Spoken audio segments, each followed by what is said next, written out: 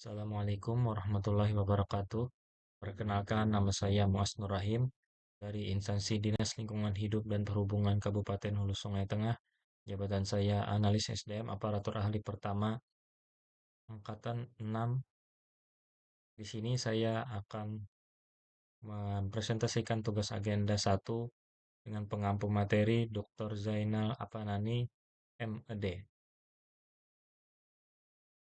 Langsung saja ke tugas jabatan Analis Sumber Daya Manusia Aparatur.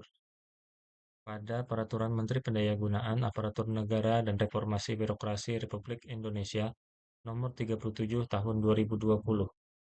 Tugas Jabatan Fungsional Sumber Daya Manusia Aparatur melaksanakan pengelolaan sistem SDM aparatur melalui penyusunan saran kebijakan, analis dan evaluasi kebijakan, pengembangan sistem asistensi, konsultasi, perumusan kebutuhan, dan organisasi ASN.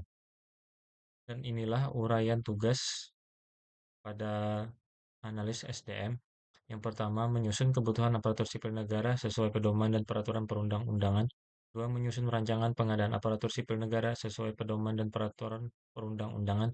Tiga, menyusun kerangka kerja pangkat dan jabatan aparatur sipil negara sesuai pedoman dan peraturan perundang-undangan. Empat, menyusun kerangka kerja pengembangan karir aparatur sipil negara sesuai pedoman dan peraturan undang-undangan. Lima, menyusun pola karir aparatur sipil negara sesuai pedoman dan peraturan perundang-undangan.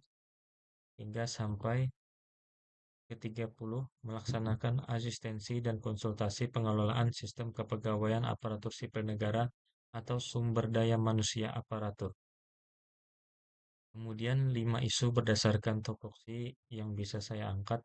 Yang pertama, belum optimalnya kualifikasi jabatan fungsional tentang jabatan pengendali dampak lingkungan, pengawas lingkungan hidup, dan lingkungan hidup, dan penyuluh lingkungan hidup.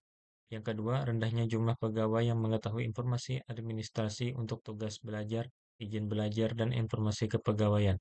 Yang ketiga, kurangnya kesadaran pegawai untuk mengurus KGB dan kenaikan pangkat.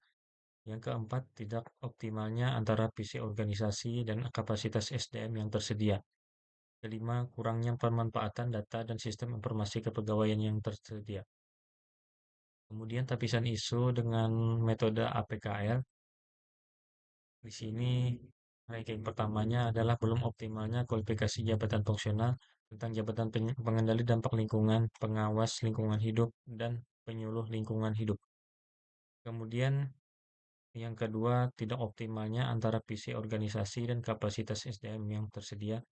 Dan kemudian ranking yang ketiga, kurangnya kesadaran pegawai untuk mengurus KGB dan kenaikan pangkat.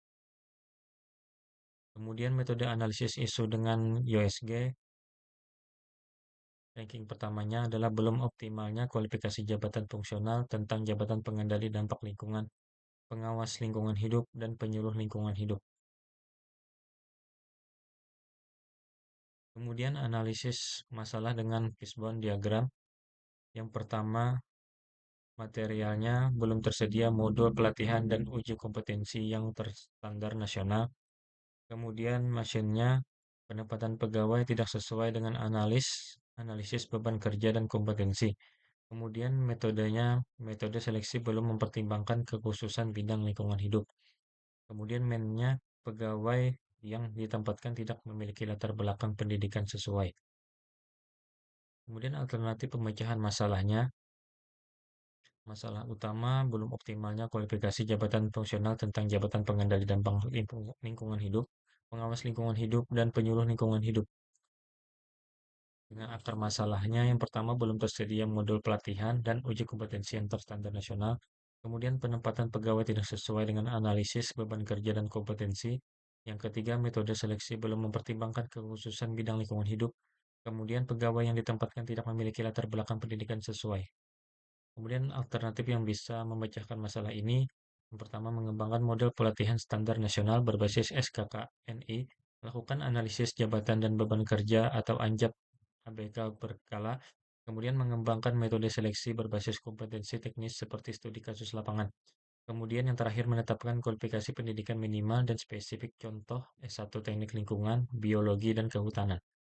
Kemudian pohon masalahnya yang pertama belum tidak efektifnya dan tidak efisiennya mutu layanan pengendalian, pengawasan, dan penyuluhan lingkungan. Belum optimalnya kualifikasi jabatan fungsional tentang jabatan pengendali dampak lingkungan, pengawas lingkungan hidup, dan penyuluh lingkungan hidup yang berakibat tentang tidak efektifnya dan tidak efisiennya mutu layanan pengendalian, pengawasan, dan penyuluhan lingkungan hidup. Yang pertama, belum tersedia modul pelatihan dan uji kompetensi yang terstandar nasional. Kemudian penempatan pegawai tidak sesuai dengan analisis beban kerja dan kompetensi. Kemudian belum adanya penyusunan dan implementasi standar kompetensi teknis (SKT) dan sertifikasi berbasis kompetensi. Kemudian yang keempat, metode seleksi belum mempertimbangkan kekhususan bidang lingkungan hidup. Yang kelima, pegawai ditempatkan tidak memiliki latar belakang pendidikan sesuai. Kemudian pohon sasarannya, sasaran utama optimalnya kualifikasi jabatan fungsional tentang jabatan pengendali dampak lingkungan hidup, pengawas lingkungan hidup, dan penyuluh lingkungan hidup yang akibatnya akan efektif dan efisiennya mutu layanan pengendalian, pengawasan, dan penyuluhan lingkungan hidup.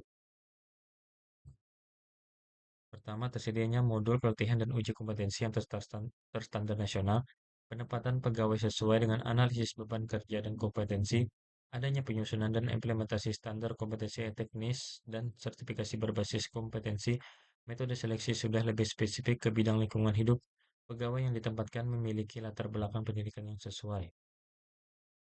Kemudian pohon alternatif yang terakhir adalah optimalnya yang pertama penyusunan model pelatihan internal berbasis praktik lapangan. Yang kemudian penerapan sesuai dengan analisis beban kerja dan kompetensi.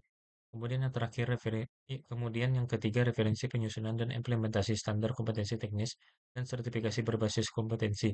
Kemudian yang keempat melibatkan praktisi atau pejabat fungsional senior dari KLHK atau BKD dalam wawancara teknis untuk menggali pengetahuan spesifik bidang lingkungan. Kemudian yang terakhir mengusulkan formasi CPNS atau P3K khusus untuk jabatan fungsional lingkungan hidup dengan syarat pendidikan yang ketat dan teknis. Itulah yang bisa saya sampaikan pada presentasi hari ini. Salah hilap mohon maaf. Wassalamualaikum warahmatullahi wabarakatuh.